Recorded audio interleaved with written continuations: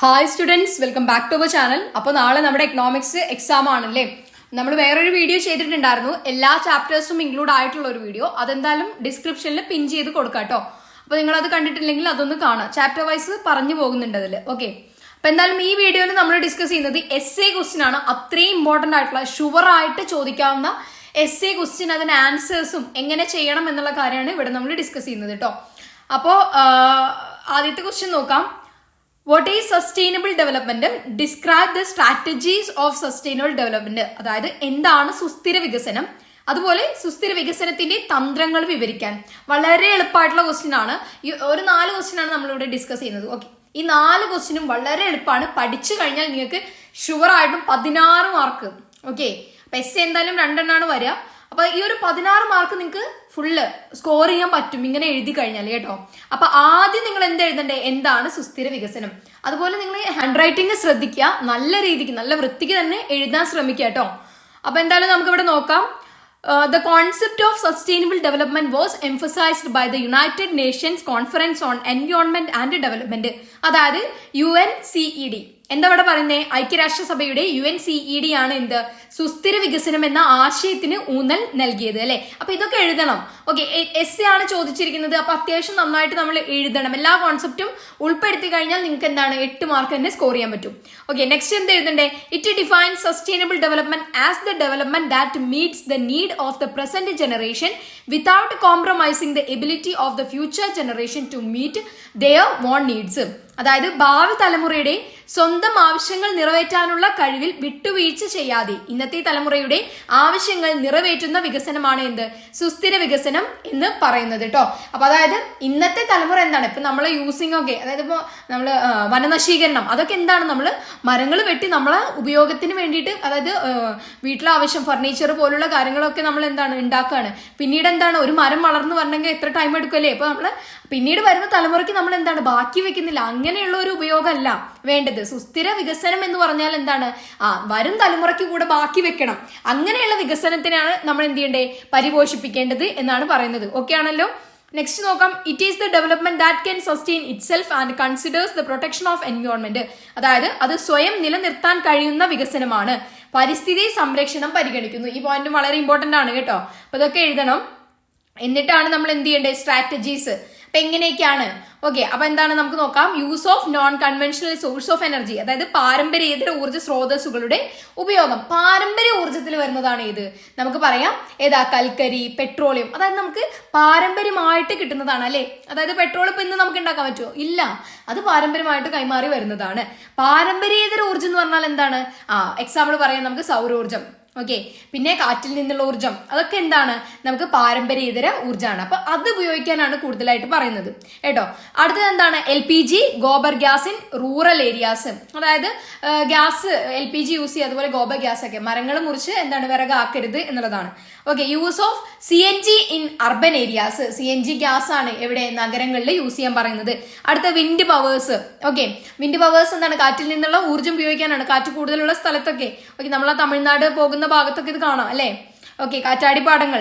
Okay, next നോക്കാം. Solar power through photovoltaic cell. അതായത് photovoltaic സെല്ലുകളുടെ സൗരോർജ്ജം, സോളാർ എനർജി. നമ്മുടെ വീട്ടിലൊക്കെ ഇപ്പൊ കുറെ വീടുകളിൽ കാണാം അല്ലെ നിക്ഷേപിക്കുന്നത്. അതായത് സൗരോർജ്ജം എങ്ങനെയാണ്? സൗരോർജ്ജത്തിൽ നിന്ന് എന്താണ് ഇലക്ട്രിസിറ്റി ഉണ്ടാക്കുന്നത്? ഓക്കെ, അതായത് വെള്ളം അധികം യൂസ് ചെയ്യാതെ നമ്മൾ എന്താണ് സൂര്യനിൽ നിന്നുള്ള ഊർജ്ജം ഉപയോഗിച്ചുകൊണ്ട് ഇലക്ട്രിസിറ്റി ഉണ്ടാക്കുന്നത്. അതുപോലെ മിനി ഹൈഡൽ പ്ലാന്റ്സ്. ഇതെന്താണ്? നമ്മളെ മലമ്പ്രദേശത്തൊക്കെ പർവ്വതങ്ങളിലൊക്കെ അവിടെ എന്താണ് സ്ട്രീംസ് കാണും, അരുവി കാണപ്പെടും. അപ്പൊ അതൊക്കെ എന്താണ് സ്റ്റോർ ചെയ്തുകൊണ്ട് അവിടെ നിന്ന് ഇലക്ട്രിസിറ്റി ഉണ്ടാക്കുക. അപ്പൊ ലോക്കൽ നീഡ്സിനെയൊക്കെ ഡിമാൻഡ്, അതായത് ലോക്കൽ ഡിമാൻഡ്സിനെയൊക്കെ എന്താണ് നമുക്ക് അതിലൂടെ എന്താണ് മീറ്റ് ചെയ്യാൻ പറ്റും എന്നുള്ളതാണ്. ഓക്കെ, അപ്പൊ അവരുടെ ആവശ്യങ്ങളൊക്കെ എന്താണ് ഈ മിനി ഹൈഡൽ പ്ലാന്റ്സ് കൊണ്ട് നിറവേറ്റാൻ കഴിയും എന്നുള്ളതാണ്. ഓക്കെ, അവിടെ ജലസംഭരണിയാണ് കേട്ടോ. നെക്സ്റ്റ് എന്താണ്? Traditional knowledge and practices. പരമ്പരാഗത അറിവും സമ്പ്രദായങ്ങളും. അതായത് നമുക്ക് പരമ്പരാഗതമായി കിട്ടി വരുന്ന അറിവ്, ഇപ്പൊ ഹെൽത്ത് കെയറിന്റെ കാര്യത്തിലാണെങ്കിലും അഗ്രികൾച്ചറിന്റെ കൃഷിയിലാണെങ്കിലും അങ്ങനെയുള്ള ട്രഡീഷണൽ ആയിട്ടുള്ള പ്രാക്ടീസ് കൊണ്ടുവരാനാണ് പറയുന്നത്. അതായത് നമ്മളെ പൂർവികരൊക്കെ എങ്ങനെയാണ് പ്രകൃതിക്ക് ഒരു ദോഷം ഉണ്ടാക്കുന്ന കാര്യങ്ങളല്ല ചെയ്തിരുന്നത് അല്ലെ.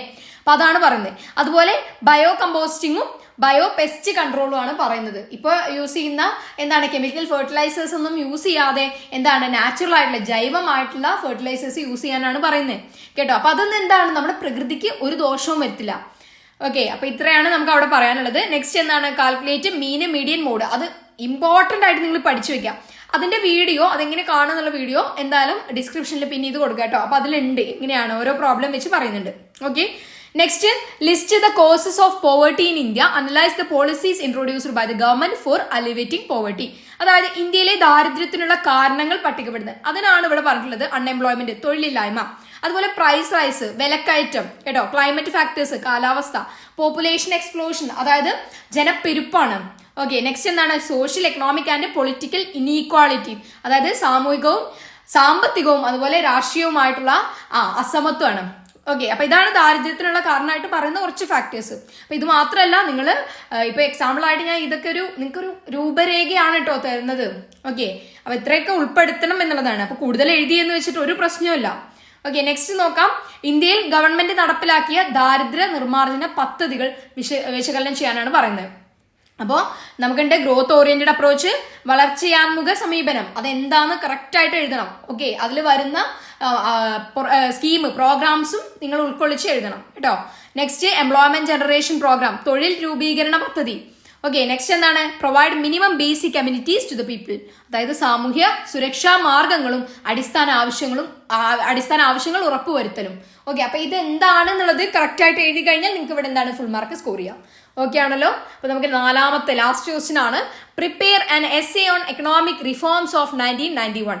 1991 സാമ്പത്തിക പരിഷ്കാരങ്ങളെ കുറിച്ച് ഒരു വിന്യാസം തയ്യാറാക്കാനാണ്. ഓക്കെ, അപ്പൊ നമ്മുടെ new economic policy announced by government of India അല്ലെ, 2 പാർട്ടാണുള്ളത്. സർക്കാർ പ്രഖ്യാപിച്ച പുതിയ സാമ്പത്തിക നയത്തിന് 2 ഭാഗങ്ങളുണ്ട്.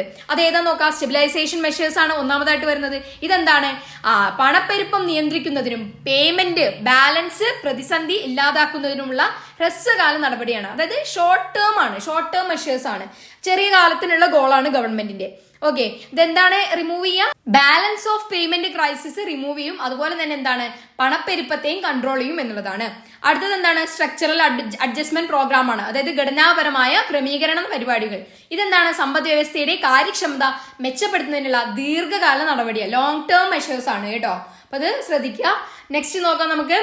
The 3 components of new economic policy are liberalization, privatization, globalization. അതായത് ഉദാരവൽക്കരണം, സ്വകാര്യവൽക്കരണം, ആഗോളവൽക്കരണവുമാണ് പുതിയ സാമ്പത്തിക നയത്തിന്റെ 3 ഘടകങ്ങൾ. ഇത് 3 എന്താണ് എന്നുള്ളതാണ്. അപ്പൊ ഒന്നാമതായിട്ട് നമുക്ക് എന്ത് പറയാം?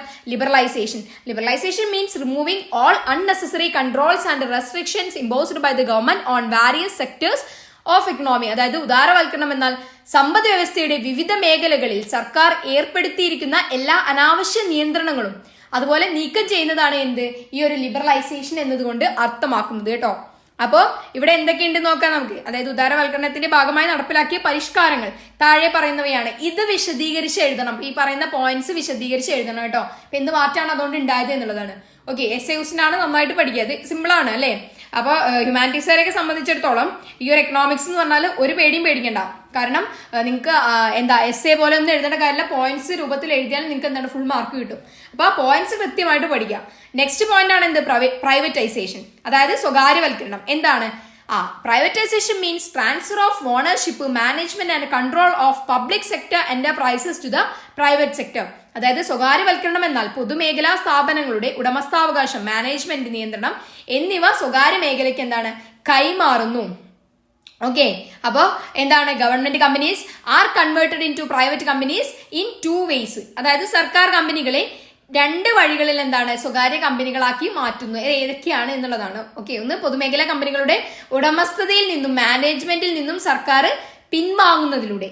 ഓക്കെ, രണ്ടാമത് എങ്ങനെയാണ്? പൊതുമേഖലാ കമ്പനികളുടെ അവകാശം വിൽക്കുന്നതിലൂടെ. അതിനാണ് ഡിസ്ഇൻവെസ്റ്റ്മെന്റ്. ഓക്കെ, അപ്പോൾ നെക്സ്റ്റ് നോക്കാം. ഗ്ലോബലൈസേഷൻ അതൊക്കെ വിശദീകരിച്ച് എഴുതണം കേട്ടോ. ഓക്കെ, ഞാനൊരു ഒരു സ്ട്രക്ചറാണ് നിങ്ങൾക്ക് പറഞ്ഞു തരുന്നത്. നെക്സ്റ്റ് നോക്കാം. Globalisation is generally refers to the integration of the economy of the country with the world economy. അതായത് ആഗോളവൽക്കരണം പൊതുവെ സൂചിപ്പിക്കുന്നത് രാജ്യത്തിന്റെ സമ്പദ് വ്യവസ്ഥയെ ലോക സമ്പദ് വ്യവസ്ഥയുമായി സംയോജിപ്പിക്കുന്നതിനെയാണ്. അല്ലെങ്കിൽ ഇതിനെന്ത് പറയാം? അത് ആഭ്യന്തര സമ്പദ് വ്യവസ്ഥയെ ലോക വിപണിക്ക് തുറന്നു കൊടുക്കുന്നതിനെ സൂചിപ്പിക്കുന്നു. ക്ലിയർ ആണല്ലോ. അപ്പൊ അതുകൊണ്ട് വന്നിട്ടുള്ള മാറ്റങ്ങളും ചെറുതായിട്ടൊന്ന് പഠിച്ചു വെക്കുക. ക്വസ്റ്റ്യൻ അങ്ങനെയും വരാം കേട്ടോ. അപ്പൊ ഇത് പഠിച്ചു കഴിഞ്ഞാൽ നിങ്ങൾക്ക് എന്താണ് 16 മാർക്ക് ഷുവർ ആണ് കേട്ടോ. അപ്പൊ എന്തായാലും നല്ല രീതിക്ക് പഠിക്കുക. നാളത്തെ എക്സാം അടിപൊളിയാക്കുക. അതുപോലെ ചാപ്റ്റർ വൈസ് നമ്മൾ ഡിസ്കസ് ചെയ്യുന്നത് പിൻ ചെയ്തിട്ട് ഡിസ്ക്രിപ്ഷനിൽ കൊടുക്കുന്നതായിരിക്കും കേട്ടോ. അപ്പൊ എന്തെങ്കിലും സംശയം ഉണ്ടെങ്കിൽ നിങ്ങൾക്ക് കമന്റ് ബോക്സിലൂടെ അറിയിക്കാം. അതുപോലെ എക്സാം കഴിഞ്ഞ് വന്നാൽ എക്സാം എങ്ങനെ ഉണ്ടായിരുന്നു എന്നുള്ളതും ഒന്ന് അറിയിക്കാം കേട്ടോ. അപ്പൊ എന്തായാലും ഓൾ ദി ബെസ്റ്റ്. നാളത്തെ എക്സാം നന്നായിട്ട് തന്നെ എഴുതാം കേട്ടോ.